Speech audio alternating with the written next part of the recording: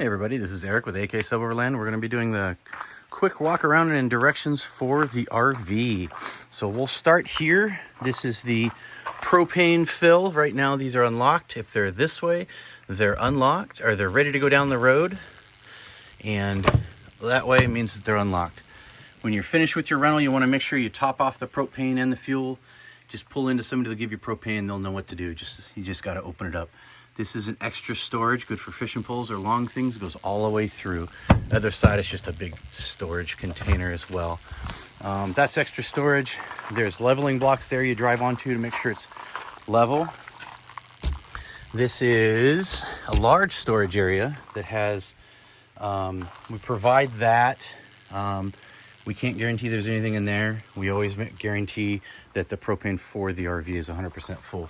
There's some chairs in there, a hammock, and some various other things you might need. If you notice, there's a hose in there.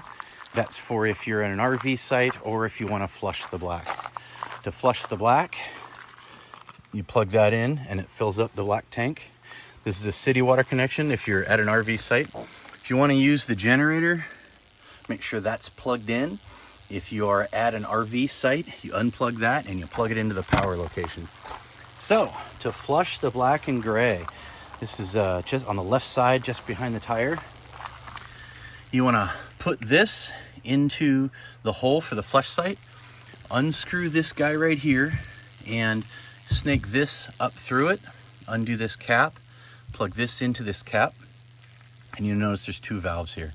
There's one is black and one is gray. You always want to do the black first. The black is bigger. So you pull that out, this little tag here, you pull that out and all the black will come out. And then once it's done flowing, keep that out and you pull that out. And what'll happen is this is your grays. This is for your sinks and your showers. And it'll help clean all the soap from it. Will help clean this and flush all this out as well. Push them both back in, undo that, put the cap on, put that in. And then you take a hose, usually provided at the flush site, and you make sure you hose the heck out of this thing. These things, we don't want any chunks in there. So that's how to flush the black and gray. This is the fuel, just regular unleaded is fine. Outside shower, those are extra storage. That's the generator. This is for behind the couch on the slide out. So every time you get fuel, I ask that you check the oil. To do that, you come around right here, just to the right, there's a little tag, slide it over, and then back here to the right, that's your oil. If you want to let it sit for at least 5 minutes, 10 minutes is better on a level ground, and that's how you check the oil. So, moving to the inside, crack the door open, and those things should come out automatically. You got to wait until they're completely down until you step on them. If you don't, you might warp them. If you want them to stay down, you want to do that, but I caution you, if you start the vehicle and start driving it away, that may not retract the steps. So moving up, here is the control center. This is your fresh water. See what the level is? It's full. Gray should show empty. Black. The black isn't super reliable because there's things, the sensors don't necessarily stay super clean inside the black tank. So right now it's showing half full, but I know for a fact that it's empty. So it just needs flushed again or a couple times. What you can do is you can fill the toilet when you know you're going to flush, and fill that up and help dump it. Another trick that a lot of RVers do is they'll take a bag of ice and put it down there, and it grinds up all the little chunks and cleans the sensors. So LPG, liquid propane gas, is totally full. Your main battery is good. Aux battery is good. So water pump, there's two switches for water pumps. There's one next to the bathroom sink for when you want to go to use the shower or the toilet, or there's one here. Generator, self-explanatory. You push that on, runs the Jenny. We don't have max hours for the Jenny. Water heater, you turn that on, it'll show a fault. And then if you listen, hear it firing up. Well, you'll want to wait about 10 minutes for it to get up to temperature, maybe 15. And then aux battery, that shuts the batteries, the house batteries down completely. Moving in, here, this is in and out. That's for the slide out, and the instructions are here. So basically the steps are, you want to make sure that it's clear there, as well as come over here and make sure it's cleared down and along the sides. There's nothing in the way. And then this seat has to be moved forward. I'm a big guy, so I have to have it as far back as possible, but I move the seat forward. The parking brake down there is set, and then has to be running. So parking brake set and running, and then we can do the slide out to out, and it'll move out. If you're curious as to, oh, something might get caught, like right here, always stop, always err on the side of caution.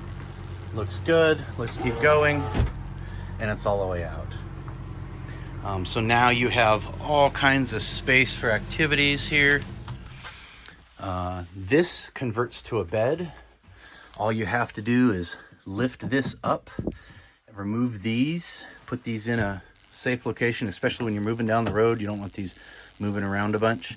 And then the edge of this table sets right down on this edge, and that edge comes all the way around.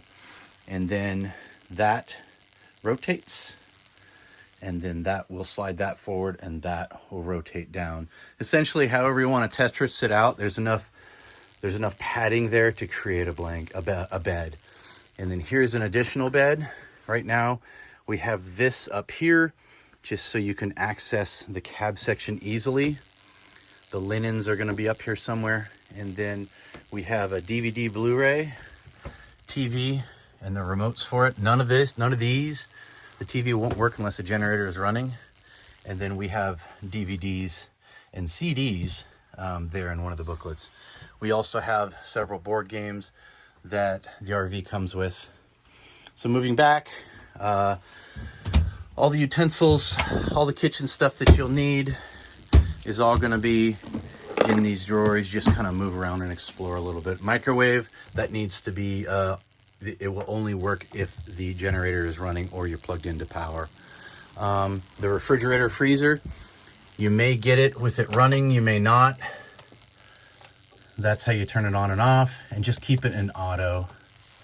And the temperature is, I mean, you can set it if you like. I'm not unhappy with how it's set, just how it is now. So there's plenty of storage there. We've got a little coffee making area. We've got some spices and a coffee press. There's some cleaning materials here. Nice little closet for hanging your stuff. So this is the second bathroom, the bathroom area. This is the other water pump. So if you want water, turn it off. No, it goes on again. So to turn that off. So this is the lavatory. So the toilet is kind of unique. It's different than regular toilets. If you want to fill it, if you're going to go number 2, you want to make sure that the water is on. You want to fill that guy up with water, or not fill it up. You want to put a decent amount, and sometimes what I'll do is I'll put a little bit of toilet paper down into the bowl, so then when I go number 2, it slides right down. And then when you're done, flush it. And then you always want to make sure that there's a little water barrier, because if you don't, it's going to start smelling, because it's going to be open to the black tank. So it's going to be like essentially like a pit toilet at campgrounds, which is not very nice. So shower, standard. When you take a shower, I highly encourage you to open this hatch and then turn on the fan, and the fan button is right there. And looks like something's acting kind of wonky. We'll have to take a look at that. And then when you're cooking, I encourage you to use this fan, and a better fan is this one. It's actually called like a super fan or something along those lines, but this is a blackout top. And then, okay, I've got something turned off. That's why they don't want to work. So this is a really good fan for evacuating air, movement of air, etc. So this is a air conditioner. We don't really use it much because this is Alaska, but it does work. And the generator has to be running in order for this to work. And if this is working, I can't guarantee that the microwave will work too, because they're both high demand areas. For privacy, this bed back here has this privacy curtain, comes around on this track. And then this has this privacy curtain. And then because this is Alaska, I like it dark. So what I have is I've got this guy. It's a blackout. It's just on there with pieces of Velcro. So if you want more light, you just, if you just want the screen, you pull that down and do that. So then you get a little airflow. And then if you want to move that, you just, remove it via the Velcro. There's lots of storage. There, under there. I think that's pretty much it. Oh, the stove. The stove top can be started with just, you put it to light and then you spark. There you go, and that's what lights it. For the oven pilot light needs to be lit. So you go to pilot and you push and hold it in just like that. And then, let me turn it back off. And then down here underneath, that's the pilot light right there. And that needs to be lit. Once the pilot light lit, you can use the oven as per normal. For heat, this is the thermostat and this is off. You flip that over to on and then set the thermostat. There's a sliding thing there on where you want it to be. And then there's of course the gauge on what it is. Summertime in Alaska, if you're from the south, maybe you need a little heat, but this thing keeps its heat pretty well. And then rolling down the road, it's pretty much just like a regular vehicle, except remember you are very long and your tail does stick out. You've got tire pressure gauge on all the tires, so you know if something's kind of wonky. And then this is an aux in, and we've got it set up so if you have an iPhone, you just plug that in. If you don't have an iPhone, you just plug that aux cable directly into your phone. And then there is a USB for charging, and there is a USB for charging there. This is the power for the camera. I would request that you're going down the road, turn the camera on. If you're not going down the road, you can turn the camera off. And both these outlets are on all the time, so you just gotta unplug her. That's it. That's all I can think of. Please be gentle with my RV. I love it, and take good care of it.